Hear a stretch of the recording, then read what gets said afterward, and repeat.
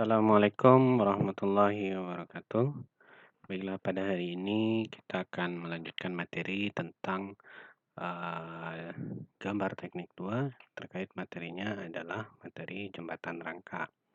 Di mana pada gambar 1 kita telah membahas sedikit tentang jembatan rangka, di mana jembatan rangka ini menggunakan spesifikasi material baja yang kemudian ini merupakan eh, bentuk dari lanjutan materi ya, berbagai dari jenis jembatan yang akan kalian pelajari untuk kedepannya ya. Baiklah, pada hari ini kita akan membahas lebih kurang ada sekitar 24 jenis gambar ya, 24 jenis gambar, yaitu yang terbagi kepada beberapa. Pertama saya akan menjelaskan tentang side plan jembatan, kemudian potongan memanjang tampak, kemudian potongan plat lantai, kemudian abutment, wing wall, ya, yang mana sudah kalian dapatkan pada beberapa pertemuan materi gambar yang lalu. Kemudian ada beberapa detail-detail dari sambungan jembatan, ya. Kemudian di sini saya juga akan menjelaskan seperti apa tampak daripada jembatan rangka dan beberapa potongan serta detail-detail daripada jembatan. Kemudian di sini juga saya akan menjelaskan sedikit tentang bagaimana kaitannya antara gambar jembatan dengan gambar perencanaan jalan raya. Baiklah, untuk pertama kali saya akan mencoba untuk menjelaskan ke kalian terkait dengan seperti apa sih susunan daripada sebuah gambar rencana jembatan. Pada dasarnya gambar itu mirip dengan peta ya. Konsep besar dari sebuah gambar teknik itu adalah pada awalnya itu adalah sebuah peta geografis yang sama memiliki koordinat ya. Kalau di gambar teknik itu ada yang namanya menggunakan garis as, sedangkan di peta itu ada garis bujur dan lintang. Itu fungsinya sama, yaitu menentukan di mana posisi dari sebuah objek ataupun dari sebuah gambar. Nah, di sini ada peta Indonesia menunjukkan di mana sih sebenarnya proyek yang akan direncanakan itu berada. Kemudian di zoom in lagi, itu akan menunjukkan peta Sumatera, ya. Nah, kemudian itu diperbesar lagi peta Sumatera Barat. Nah, kemudian diperbesar lagi menggambarkan kondisi daripada landscape yang akan dibangun. Nah, pada kesempatan kali ini ini adalah gambar yang mana di sini sudah terdapat sebuah jembatan lama, namun akan dibikin sebuah jembatan baru. Nah, maka perlu studi lapangan yang menunjukkan seperti apa kondisi daripada existing. Maka di sini kalau dilakukan survei, mungkin menggunakan survei pemetaan. Nah, ini digambarkan seperti apa kontur-kontur yang ada pada jaringan yang lama. Kemudian di sini jembatan akan mengindikasikan di mana berapa kedalaman daripada sungai. Kemudian di sini terdapat seperti apa suasana lingkungan. Apakah di situ ada areal persawahan, apakah di sini ada perkebunan, sehingga membutuhkan di mana data-data lengkap yang dibutuhkan untuk sebuah perencanaan jalan raya ataupun jembatan.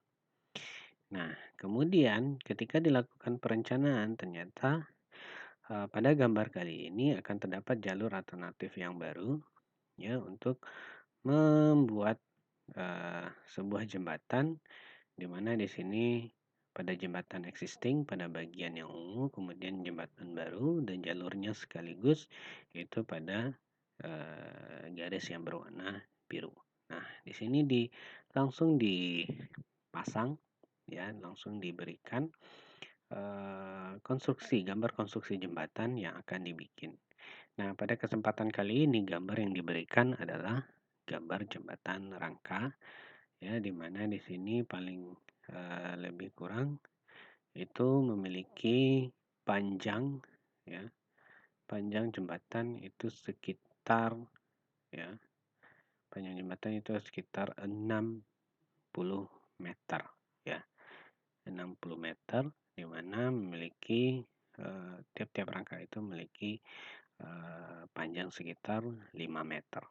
Nah, bila saya akan menjelaskan satu persatu ke kalian, jembatan itu ini mungkin secara holistik ini sudah menggambarkan bagaimana sebuah gambar jembatan itu berada. Nah, jika dilihat dari gambar rencana, nah di sini akan terdapat sama halnya pada geometrik jalan raya atau gambar jalan, yaitu tetap berdasarkan daripada atau trase jalan yang diberikan. Karena jembatan merupakan bagian kecil dari sebuah trase jalan perencanaan geometrik jalan raya.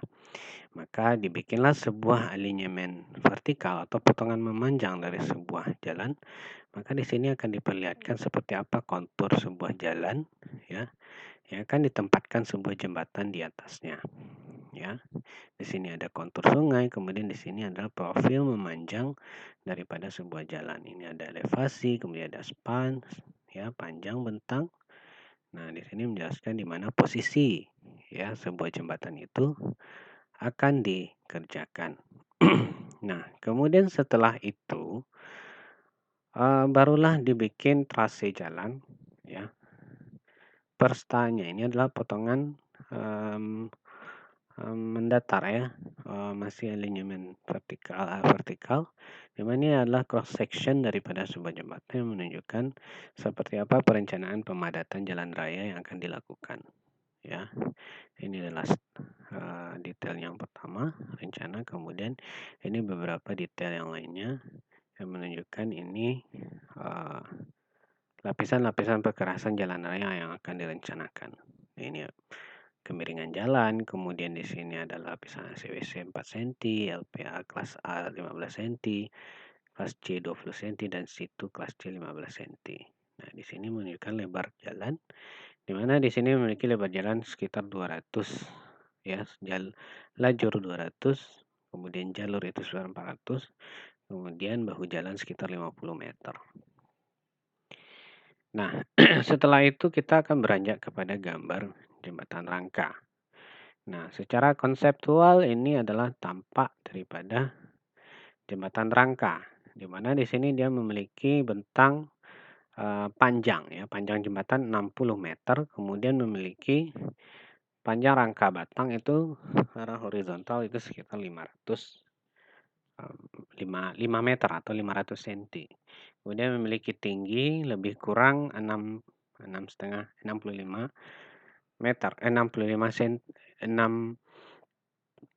meter atau 650 cm. Nah, di sini ada bagian ini adalah truss, ya. Ini truss biasa, waren, TP waren. Kemudian di sini ada bagian-bagian baut yang diberikan secara detail. Kemudian ini adalah railing, ini ada loneng.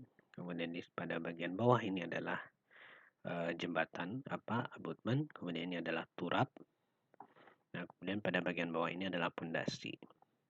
Nah, ini adalah sungai, ya. Kemudian pada bagian samping daripada tampak ini adalah potongan melintang. Ini menunjukkan cross section daripada jembatan. Ternyata jembatan ini memiliki lebar lebih kurang 7,5 meter dengan komposisi 600 lebar jembatan, kemudian 50 cm itu 50 cm itu untuk trotoar. Nah, pada bagian bawah ini terdapat menjelaskan adanya bearing pad, kemudian ada baja gelagar melintang daripada jembatan. Nah, kemudian di sini ada menunjukkan yang namanya kondisi abutmen, ya. Nah, pada bagian gambar ini adalah gambar tampak bawah. Nah, di sini pada bagian gambar bawah ini adalah pengaku, ya, pengaku. Ini pengaku daripada jembatan rangka, karena jembatan rangka itu terbuat dari baja dengan komposisi atau penampang yang cukup langsing, sehingga ketika dia memiliki struktur yang cukup besar maka dibutuhkan pengaku.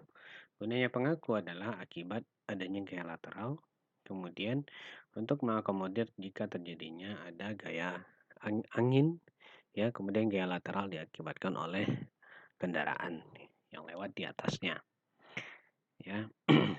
Kemudian ini adalah tampak bawah, kemudian di sini ada plat, kemudian di sini ada profil yang menghubungkan satu sama lain. Nah, oke.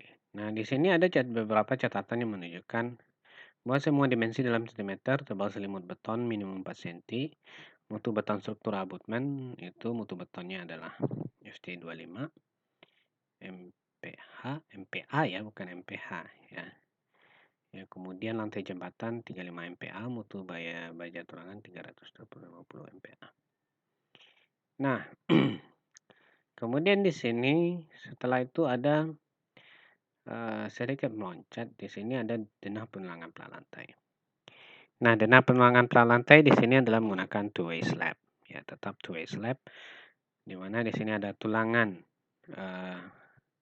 tulangan tarik dan tulangan tekan. Ya, tulangan tariknya itu terdapat gambar tulangannya itu mengarah bagian atas dan lenturnya itu agak dibengkokkan kepada bagian bawah.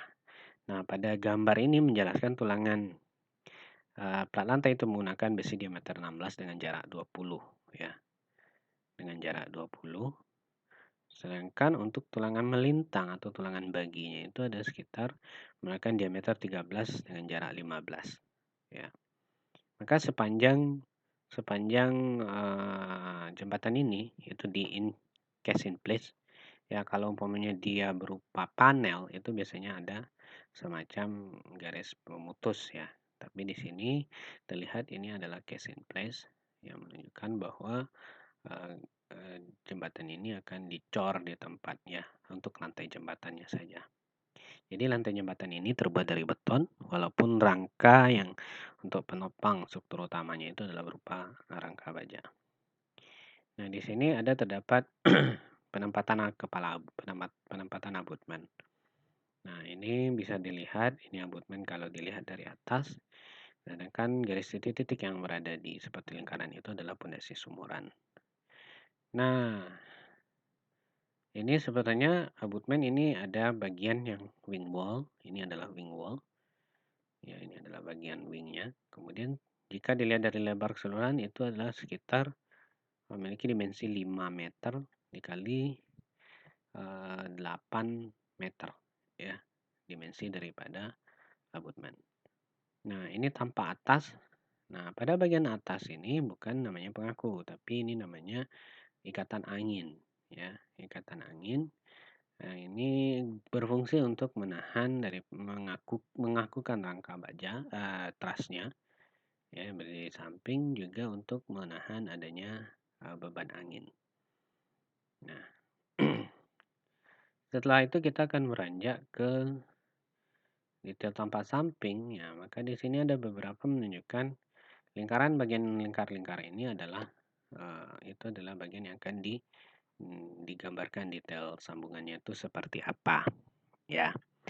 Kemudian di sini untuk menahan erosi daripada gerusan sungai, maka di sini dibangunlah talut. Talut itu mirip seperti dinding penahan tanah yang memiliki kemiringan tertentu, maka itu disebut dengan talut ya, atau turap pelindung abutmen. Ya, jika seandainya turap ini tidak ada, maka abutmen ini akan tergerus. Jika abutmen ini tergerus, maka kestabilan struktur jembatan itu akan kurang, atau jika seandainya abutmen ini tergerus akibat banjir atau air bah, maka jembatan ini bisa failure atau roboh. Nah, kemudian pada bagian gambar selanjutnya, ini adalah tampak atas.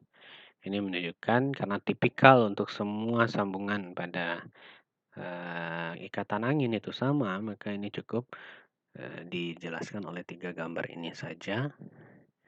Kemudian pada bagian bawah itu hanya tipikal dijelaskan dengan sebanyak 5 detail.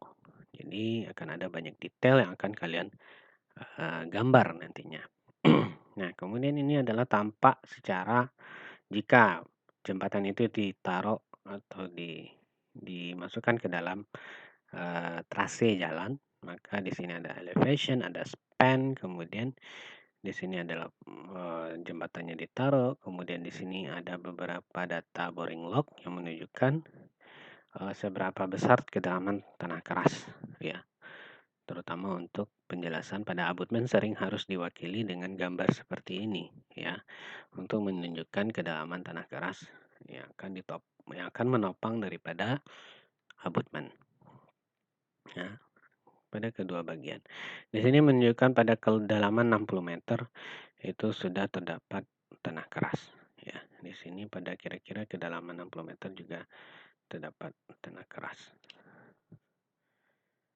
Oke, maaf, ya. Nah, 0,12 meter, oke. Nah, di sini kedalaman tanah kerasnya itu kira-kira 2 meter, ya.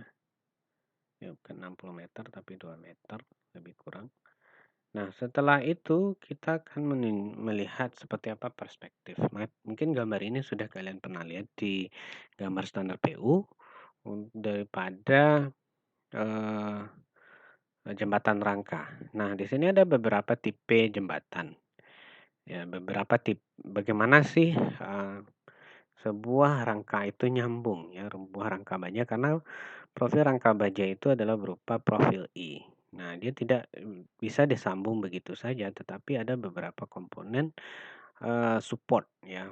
Seperti ada beberapa bagian-bagian yang harus dibantu dengan plat, ya, atau gusset plate. Ya, gusset plate itu gunanya membantu untuk mengakomodir bagian-bagian yang tidak bisa disambung secara langsung oleh profil baja, karena profil baja ini adalah berupa dalam bentuk profil I. Jadi tidak semua komponen bisa disambung begitu saja, tapi harus membutuhkan yang namanya gusset plate. Nah, di sini terdapat gelagar melintang. Untuk menghubungkan gelagar melintang dengan gelagar bawah ataupun gelagar diagonal, itu harus adanya namanya gusset plate. Nah, ini yang gusset plate ini sebelum biasanya dia akan melekat sebelum dikonstruksi pada jembatan pada daerah proyek atau di daerah proyek, itu dia sudah dilas terlebih dahulu pada salah satu bagian, ya. Salah satu bagian daripada jembatan, ya. Mungkin saja dia akan berada pada komponen ini, ya. Pada core-nya ini, ya, pada core daripada baja. Kemudian member-member lainnya juga sudah diberikan yang namanya ini namanya gusset plate juga. Ini adalah plate pengaku, ya. Pada setiap sambungan itu biasanya terdapat beberapa pengaku, ya, terutama untuk gelagar karena dia akan menahan beban lentur yang cukup besar, karena baja itu tidak bisa dia kuat terhadap tarik tapi tidak kuat terhadap tekan, ya, apalagi untuk penampang yang cukup langsing, maka diberikan pengaku di sini. Nah, di sini lubang dia harus kompatibel dengan gusset plate ini, ya, pada bagian gusset plate. Maka lubang yang terdapat pada bagian member atau gelagar melintang ini itu harus sama dengan seberapa banyak lubang baut yang ada pada gusset plate. Karena gusset plate ini yang menjadi inti, ya, menjadi inti daripada sambungan dari sebuah baja. Nah, ini adalah member, ya, member daripada truss, gelagar diagonal. Ini adalah gelagar bawah. Nah, ini adalah elastomeric bearing. Ini biasanya bisa bulat ataupun segi empat. Kemudian di sini ada seismic buffet bracket. Nah, di sini ada peredam gempa. Ini untuk menahan yang namanya getaran secara lateral. Nah, ini untuk potongan untuk detail yang bagian bawah. Sedangkan untuk bagian detail yang di atas juga sama. Member daripada ikatan angin juga dihubungkan. Setiap member itu dihubungkan oleh namanya plat. Tidak bisa batang truss daripada jembatan itu, profil baja, itu disambung secara langsung. Tapi harus dihubungkan oleh sebuah plat, kemudian baru diikat dengan baut. Ya, ini bisa kalian lihat detailnya pada gambar. Seperti ini juga pada bagian tengah, sambungan bagian tengah, cord bagian tengah. ini chord bawahnya. Nah, memang cukup rumit, tapi ini akan memberikan pandangan ke kalian bahwa sambungan pada konstruksi baja itu titik yang paling kritis itu adalah pada sambungan. Nah, berapa banyak ini lubang yang harus di diberikan itu nanti kalian akan belajar di struktur baja atau struktur jembatan rangka atau struktur baja. Jembatan baja, ya. Nah, setelah kita melihat beberapa detail, ya ini tampak samping, ini menjelaskan detail-detail yang akan dijelaskan karena ini diambil separuh karena tipikal ya, tipikal kiri dan kanan. Nah, ini adalah detail daripada turap, ya. Turap ini adalah melindungi daripada abutmen karena abutmen ini cukup bebannya itu cukup besar sehingga dia harus memiliki tapak yang cukup kuat sehingga dia perlu adanya pelindung daripada gerusan air. Nah, ini adalah turap. Ini menggunakan konstruksi beton bertulang. Ya. Kemudian di sini ada detail daripada balok atasnya. Kemudian di sini ada slope ya pada bagian bawah. Nah, ini dia berupa bentuk plat ya, deck bentuk plat lantai. Nah, jika dilihat dari atas, dia posisinya itu seperti ini. Melindungi, ya miring. Nah, nanti ini ada beberapa, jadi dari gambar yang sudah saya jelaskan dari tadi, ini ada beberapa gambar sambungan, ya, gambar sambungan daripada konstruksi baja. Ini menggunakan baja IWM 400, itu sekitar 40 cm, tinggi 40 cm, lebar 40 cm, dengan tebal web, dengan tebal plat 11 atau sekitar 1 mili, ya, sayap, ya 1 cm, 40 cm tinggi, lebar 40 cm dengan tebal itu sekitar 1 ya, 1 cm dan 1,8 ya, tebal platnya.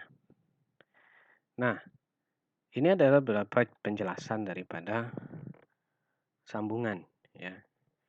Ini berapa jarak antar baut, kemudian di sini ada ini yang kuning ini adalah platnya, kemudian ini adalah pengaku. Ya, yang putus-putus itu adalah pengaku, kemudian di samping kiri dan kanan ini adalah baut. Nah, tapi di sini ada pada gambar ini tidak dijelaskan bagian mana yang harus dilas ya. Soalnya ini gambarnya belum komplit. Ya, sebenarnya harus ada gambar yang dilas. Ya, apakah dia las menyeluruh atau las samping saja ya. Pada dua sisi atau satu sisi saja. Nah, kemudian di sini menjelaskan daripada ini dilihat dari detail 1, ini pada tumpuan, ini pada ujung ya, dekat tumpuan. Nah, ini gambaran sambungan untuk batang diagonal ya. Ini kalau dilihat dari atas seperti ini. Nah, seperti inilah tipikal daripada penjelasan daripada gambar sambungan. Ini chord bagian tengah, sedangkan ini adalah chord pada bagian atas ya. Kemudian ini chord tengah atas ya, tengah bagian atas. Nah, ini akan kalian gambar masing-masing nanti. Ya, mungkin saya akan menyuruh kalian untuk menggambar. Yang pertama adalah detail 1, kemudian detail 2, kemudian detail 4, dan detail 5. Ya, untuk memahami seperti apa. Kemudian ini adalah sambungan daripada pengaku bracing yang ada pada bagian bawah. Ya, bracing pada bagian bawah ini cukup simpel, dia cuma menggunakan plat dengan dimensi. Di sini tidak ada dimensi ya. Ini dimensi daripada membersnya ini ya, tidak ada ya. Ini menggunakan baja cross girder, menggunakan baja kanal ya. Di sini menggunakan baja kanal ya. Ini adalah plat, cukup disambungkan dengan beberapa buah baut pada tiap member. Ini ada 2 baut. Nah, di sini ada detail daripada berat dan di sini ada detail daripada baut yang akan dipakai. Nah, untuk komponen upper structure atau, superstructure, struktur bagian atas dari pada jembatan itu sudah cukup jelas ya. Karena, pada jembatan rangka ini dia biasanya, pertama itu dalam konstruksinya atau dalam membangunnya itu tidak membersnya itu tidak dibikin pada, eee, proyek, tapi dia itu sudah difabrikasi atau dikonstruksi di pabrik. Kemudian pada saat dilakukan di proyek itu cuma proses assembly atau instalasinya saja. Sedangkan yang dikerjakan pada proyek jembatan rangka, yang dikerjakan secara in situ atau di proyek lapangan itu cuma pengerjaan abutmen, ya. Jika abutmen sudah selesai kemudian dibangun jembatan rangka, jika rangkanya sudah selesai maka baru dilakukan pengecoran beton, lantai jembatan. Nah, di sini menunjukkan ini gambar yang selanjutnya itu menjelaskan adalah denah abutmen. Nah, denah abutmen ini dia memiliki tinggi sekitar tinggi abutmen itu secara apanya sekitar 4 meter, sedangkan kedalamannya itu sekitar 5 meter. Kedalaman pondasi adalah sekitar 5 meter. Nah, di sini ada detail daripada potongan melintang, ya, potongan melintang daripada jembatan.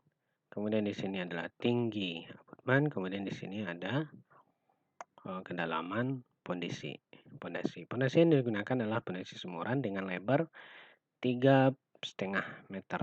Ya, 3,5 meter dengan kedalaman 5 meter. Nah, ini jika tanpa atas. Nah, pada bagian ini adalah detail penulangan abutmen. Ya, di sini bisa kalian lihat ada beberapa detail penulangan abutmen. Nah, pada lingkaran-lingkaran A1, A2, A7, A3 ini nanti akan ada penjelasan detail besinya, ya. Nah, di sini bisa kalian lihat pembengkokan daripada besi. Nanti karena saking banyaknya detail tulangan yang akan digunakan, jenis tulangan yang akan digunakan pada abutmen, maka dia akan dijelaskan pada bagian pembengkokan besinya itu seperti apa. Nah, ini beberapa detail. Nah, ini potongan untuk AA. Jika potongan AA, maka dia berada pada bagian tengah. Sedangkan pada potongan AA aksen, ya, ini AA. Kemudian untuk bagian AA aksen, ya, tidak ada sambungannya di sini. Ini bagian samping dan ini adalah pada bagian tengah. Ini AAC ya. Oke. Nah, ini menjelaskan potongan DD.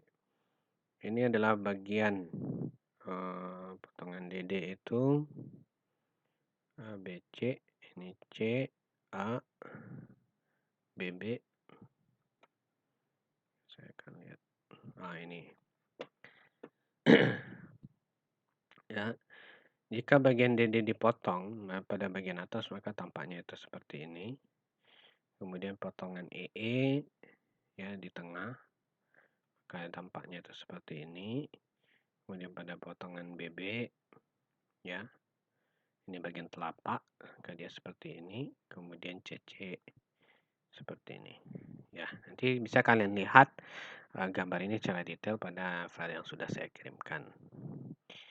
Nah, ini adalah detail tapak abutmen, ya bagian ini. Ini tapak, ya. Ini dijelaskan secara khusus seperti apa penulangannya. Di sini juga ada signage daripada tulangan itu pembengkokannya itu seperti apa. Dan ini sudah ada tabel daripada tulangan-tulangan itu sendiri. Nah, ini khusus untuk wing wall. Nah, wing wall ini adalah berguna untuk sebagai penahan tanah timbunan. Karena abutmen dalam pengerjaannya dia harus digali selebar kebutuhan untuk konstruksi abutmen, kemudian dia akan ditimbun. Nah, tanah penimbun ini harus ditahan oleh wing wall, ya, sebelum dia langsung disambung dengan retaining wall atau turap, ya. Nah, di sini ada denah penulangan wing wall. Kemudian di sini adalah detail daripada pondasi sumuran, ya. Kemudian ini adalah detail salah satu detail plat lantai yang mana pada bagian atas itu dijelaskan pada secara general, sedangkan pada yang bagian ini dijelaskan secara detail itu seperti apa. Nah, kemudian pada bagian bawah di sini adalah detail bearing. Bearing pad ini adalah penahan goncangan, ya.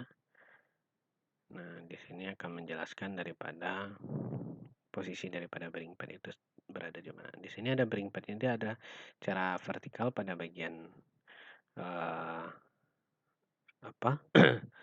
pada bagian tepi, kemudian secara horizontal pada bagian tengah. Jadi ada dua tipe bearing pad. Oke, mungkin sampai di sini penjelasan saya mengenai gambar struktur jembatan rangka yang secara konsep ini adalah gambar yang cukup lengkap kalian untuk mengenal sebuah jembatan, ya, tidak sebuah jembatan rangka saja, tapi adalah mengenal sebuah jembatan secara holistik. Nah, diharapkan nanti ketika kalian mendapat tugas atau pekerjaan untuk membangun atau mendesain sebuah jembatan atau jembatan rangka secara spesifik, maka kalian bisa mengikuti alur, ya, alur detail penggambaran seperti ini. Untuk diskusi lebih lanjut bisa kalian lakukan di kolom pertanyaan dan jangan lupa subscribe channel YouTube saya, ya. Semoga ilmu ini bermanfaat. Wabillahi taufiq wa hidayah. Wassalamualaikum warahmatullahi wabarakatuh.